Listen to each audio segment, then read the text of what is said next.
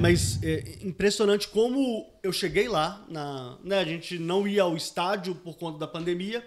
Eu cheguei no estúdio, pedi pro Vini, o Vini Silveira, né, o produtor da jornada da 98, falei assim, me empresta aí, por gentileza, o roteiro para eu dar uma lida, né, para avaliar, para eu ver o que é. Ele falou assim, meu irmão, vai no fluxo, você vai entender o que é.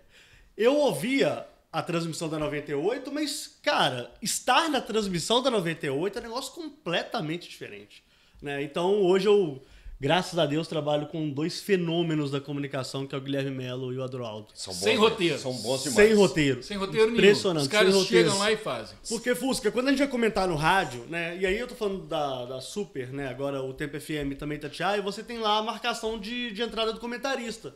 10 minutos, 20 minutos, 30 minutos, aí você dá um toquinho no fim ali, né? Você tem entre 3 a 4 entradas numa transmissão. Na 98, eu entro o tempo todo. O tempo todo. Eu quase tô narrando junto você faz com o lateral. Guilherme. Quase É lateral. impressionante como é diferente, como é gostoso fazer, né? Uma transmissão muito gostosa de fazer, inclusive. E a galera tem a resposta do público é impressionante, né? As pessoas... Eu ouço muito rádio, né? O tempo inteiro. Então, eu converso também com muita gente que ouve rádio. A resposta de quem ouve a 98 é sempre uma resposta muito... De um público muito satisfeito, cara. Muito feliz ali. Sem dúvida. E aí, depois eu fui pro 98 Esportes. Né, trabalhar com a minha amiga Lohana, trabalhar com meu amigo Everton também, com o próprio CJ. E é um programa muito gostoso de fazer, cara. É muito gostoso de fazer o 98 Esportes. E teve uma reformulação, né, depois. Eu passei por 2 reformulações dentro do 98 Esportes, né? Teve uma mudança na 98 que eles acabaram com a Arena, e aí transformaram não é que transformaram a Arena no FDP, né?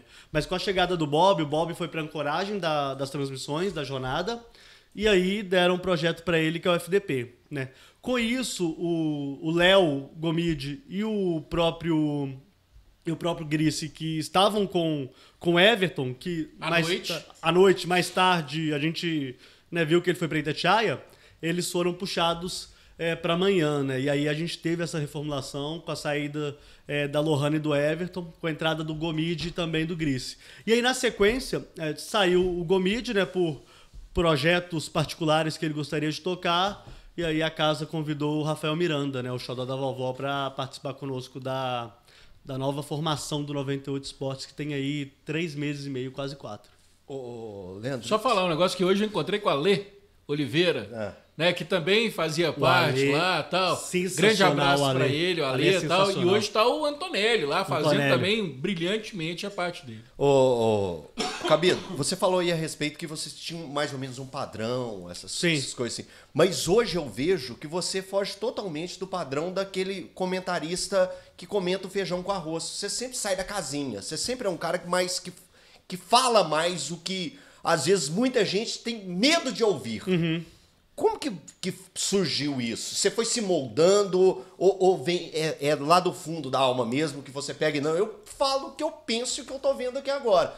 É o famoso sem medo de dizer a verdade. Eltinho, eu falando nisso, inclusive, né, foi a minha principal referência como comentarista de futebol. Meu pai, fã do Oswaldo. Fã do Oswaldo. Pra quem não entendeu o que eu tô falando aí, o slogan do Oswaldo Faria da Tia era coragem pra dizer a verdade. Meu pai é era fã do saudoso Oswaldo, e hoje eu tenho o privilégio de trabalhar com o filho dele, que é o Bob, né? E é uma coisa assim que eu sempre não tive medo de falar, sabe, Eltinho? Eu nunca tive medo de chegar e colocar de fato o que eu penso no microfone, porque eu acho que às vezes você ser frontal, você precisa ser sincero, você tem que colocar aquilo que de fato você acha que está acontecendo, você acredita naquilo que está acontecendo. Mas eu fui me moldando, né? A minha primeira transmissão, olha o peso da transmissão. Eu não era comentarista, eu era coordenador de jornalismo dentro da Sempre Editora. E aí eu fui convidado pelo Rogério Maurício para ser um dos comentaristas da Rádio Super na estreia dela em 2017. A estreia da Rádio Super aconteceu na final entre Cruzeiro e Flamengo, na Copa do Brasil. Gigante, jogaço. Gigante. A equipe já com o Oswaldo, né, com o Piquitito, com o Arthur Moraes, o João Vitor Cirilo, né, que eu havia levado para Sempre Editora alguns anos antes para fazer parte da equipe do Portal, foi puxado também para a Super hoje, brilhantemente na Itatiaia. Fenômeno. O João Vitor Cirilo é fenômeno. Aí a minha estreia foi naquele dia, no Maracanã, final da Copa do Brasil. Foi quase o mesmo dia da morte do Marcão. O Marcão quase morreu naquele dia. A minha quase morte foi no Mineirão. Foi no Mineirão. Ah, foi o primeiro foi jogo. na volta, né? Você tá falando que foi o primeiro, né? Foi a primeira transmissão, aconteceu... A parte da equipe estava em loco, parte da equipe estava no estúdio, e aí foi a minha estreia como comentarista na final da Copa do Brasil. E aí aconteceu a final no Mineirão, que aí já foi a minha 3ª ou 4ª partida como comentarista de futebol. E eu sempre fui honesto, eu sempre tento passar honestidade dentro dos meus comentários, porque eu vejo às vezes que existe muito melindre, existe muita cautela, né? Queimar a língua. Pô, comentarista que não queima a língua, gente... Não é comentarista. Não é comentarista. Tem que queimar, pô. E tem que errar, cara. E tem que errar. O contexto é diferente. Sempre o contexto é diferente. Então eu fico muito... né, eu, pelo menos, eu tenho a minha cabeça, a minha mente muito limpa com relação a isso, porque eu sempre falo o que eu tô pensando naquele momento. Se vocês me perguntarem aqui qualquer coisa que tá acontecendo sobre Cruzeiro Atlético ou América, eu vou falar. Vai gostar? A gente vai perguntar. Tem gente que vai gostar? Vai ter gente que vai adorar. Vai ter gente também, inclusive dentro dos clubes, que não vai gostar. E aí eu sinto muito. Já teve confusão? Confusão que eu digo assim, reclamação, mesmo que informal, de clube, de dirigente, em relação a alguma coisa que você falou? No meu passado, sim. No meu passado, sim. Na época da Super? Na época da Super. Mas não na época da Super. Antes da Super vir a ser rádio. Mas vindo dos clubes, né? Dos clubes, né? Manchete de portal. Já tive reclamações. Você lembra, Cabido, alguma coisa? Cara, eu já tive reclamações de... E aí não foi nem da própria cúpula, não. E aí eu não tô nem falando do... Que hoje eu trabalho até com eles, né? Tanto com o Domênico quanto com o Guilherme. Né? Olha a volta que o mundo dá. Esse é negócio, o mundo não gira. Os caras são os meus parceiros. Mas é claro que você dentro da vivência de... Naquela época a gente ia para centro de treinamento, né? Sim. Eu cheguei a cobrir o Atlético ali mais ou menos uns 8, 9 meses.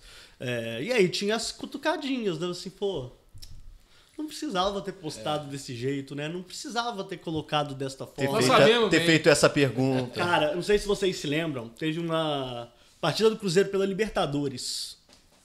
Contra o tem tanto tempo. Contra o Estudiantes. Tem mesmo. Contra o Estudiantes. Antes da decisão, inclusive, o Cruzeiro enfrentou o Estudiantes lá em La Plata e aqui no Mineirão, né? Na fase de grupos. Na fase de grupos. O Cruzeiro tomou uma cacetada lá. 4x0. Mas foi o dia do 4x0. Do dia do ônibus e tal. Tem umas explicações. Mas aí o que eu fiz? Desceu a ripa. Mas eu tava na coordenação do portal naquele dia. Cruzeiro cai de 4 em La Plata. Meu amigo, os caras ficaram loucos comigo. Dentro do clube, a torcida. E assim, é claro, hoje eu vejo que eu errei, que eu exagerei, né?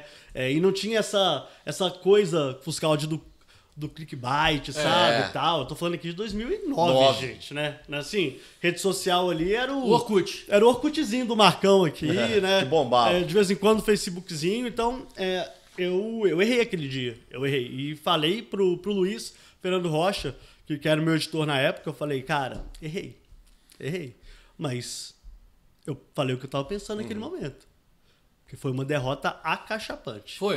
Era para ser uma goleada muito maior, inclusive, né? O jogo atrasou. O jogo atrasou. O Rodrigo Genta que conta essa história maravilhosamente. Essa história porque o Rodrigo ainda fala que acha que teve maldade do motorista. O motorista ele mudou se perdeu a rota, deliberadamente. Na verdade, ele não se perdeu. Ele fez o ônibus Ele mudou atrasar. uma rota totalmente diferente. O Genta contou pra gente. Tá inclusive aí nos nossos cortes aí, depois vocês olhem. Do horário que era o jogo, parece que aquele jogo era 10 da noite. Era uma época que os jogos eram 10 da noite.